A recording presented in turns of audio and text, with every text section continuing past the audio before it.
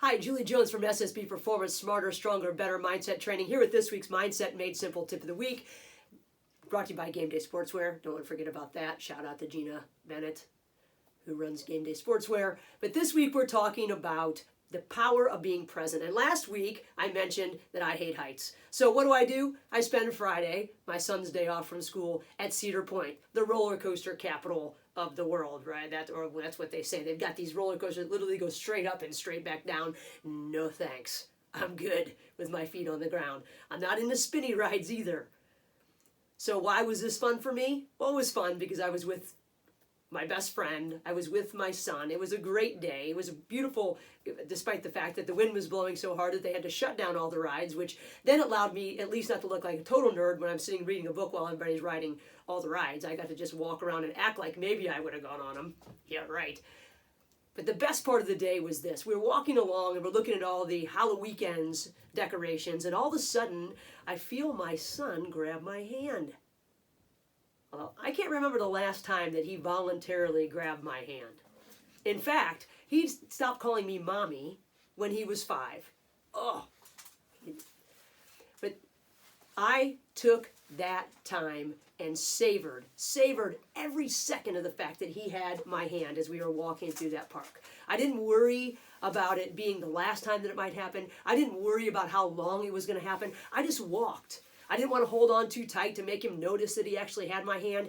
I was present and savoring every second. It got me thinking about this. How often are we present? How often do we get hijacked out of the present moment? How often do we need to be present in order to perform at our best? That's the real question. We spend a lot of time jumping time zones to the future, to the past, in the present for just a second, but not there nearly enough to perform at our best or to be our happiest, according to research. Our mind wanders 47% of the time, maybe more. The more our mind wanders, the less happy we are, the less able we are to be our best. I talk a lot about planning. That forces us to look to the future, and it also forces us to bring some things from the past in so that we can learn from our experiences. But the time traveling that we do is normally not for planning, it's for worry. We're worried about what might happen next. We're worried that what happened last time is going to happen again this time, and usually we don't bring the good things from the past.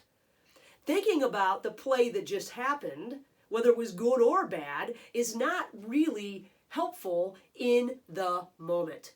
If we're not present in the moment, we can't take in the variables that we need in order to make good decisions.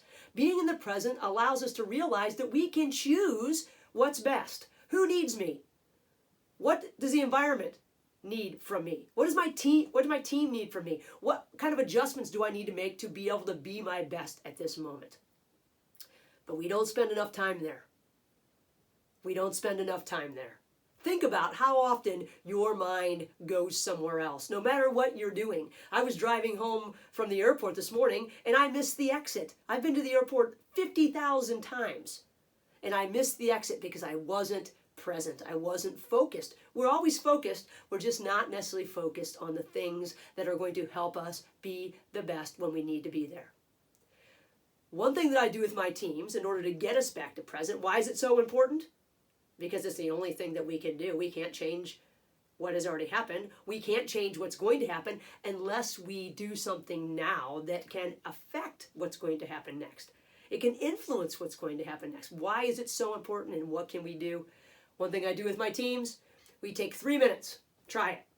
3 minutes, and we're going to take 6 breaths per minute. Now, normally, you're breathing 12 to 20 breaths a minute. And if we breathe too shallowly and too quickly, that can lead to anxiety. It can lead to stress, right? Stress and thinking of the future, and a little bit of a bad mood, and worrying about what's going to be. Those things can all affect our ability to be present. And they follow us everywhere as athletes, questioning whether we're good enough. This is what detracts us from being able to be in the here and now. So take 3 minutes, and we're going to have 6 breaths per minute. If you can keep your breath rate down, you can do all kinds of good things for yourself, including lower your heart rate, quiet your mind, But most importantly, what you can do during that time is you can notice how often your mind wanders. Yes, I teach breathing techniques to all the athletes with whom I work. And the breathing techniques are great just in and of themselves.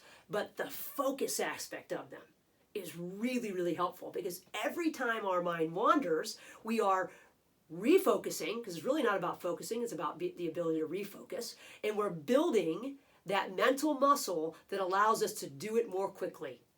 I'm breathing in, 2, 3, 4, 5, out, 2, 3, 4, 5, and eventually I'm going to wander somewhere else. My job is simple. It is to keep my breath rate where it is, and it's to bring my attention back to the air coming in and out of my nose, to my belly rising up and falling down, whatever your choice is of what your focus is. But we are practicing our refocusing, our ability to pull ourselves back into the present moment, because our breath is an anchor to the present. We can't breathe in the future, and we cannot breathe in the past. The only breath we can take is the one that's coming in and out right now. That is the one thing that is a constant for us, because without it, we're nothing. And if we do it too fast, it hurts us. Slowing it down and being solid like a tree with roots down to the ground can help us regain our presence. Going there, bringing it back, going there, bringing it back, helps us be able to refocus. And then when we get into pressure situations, we're good at it because we've practiced. We can't control our breath or expect our breath to be able to control our minds and our bodies just in the game.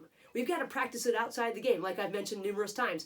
The Army does not practice all their tactics when they're in the middle of the war. They practice it in times of peace so that they can get it down and they know what they're doing, and then when they're under pressure, they fall back on their habits, and their habits are good because they practice them. Just like what we do with our physical practice, our skill, our technical, our tactical practice. This is our mental practice. We breathe, we lose our focus, we bring it back, we breathe, and then we understand that when we come back to our breath, we are in the here and now. Think about the power of presence at the plate.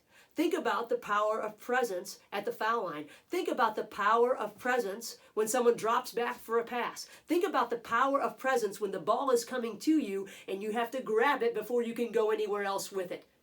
Whether it's a basketball, a football, think of the power of understanding when that ball is going to be right there to touch with your foot on the pitch. Whatever it might be, think about how being present can help you have a better conversation with a teammate or an athlete, because you're pulling in all the variables that are going to help you make the right choice next. Without those variables, we don't make good choices. If we're thinking about what just happened or what's going to happen next, we can't pull in the information that we need because our mind is busy doing something else. And if we're not thinking about what we need to do now, what are we thinking about? That's the question. So think about this week. What things can be enhanced by your presence? And how are you going to do that? We'll talk more about pre-performance techniques next week and how we can prime our warm-up to help get us present when we need to be there. But for this week, how about taking a deep breath? How about trying 3 minutes of breathing? Get your breaths down to 6 breaths a minute and see how calming it is. And then every time your mind wanders, because it will, that's just how we're built, pull it back, and you're getting stronger every single time. If you'd like to talk more about breathing techniques, about focus techniques, or anything with mental training, shoot me an email at juliej@ssbperformance.com. And until next week, manage the moments. Have a great week.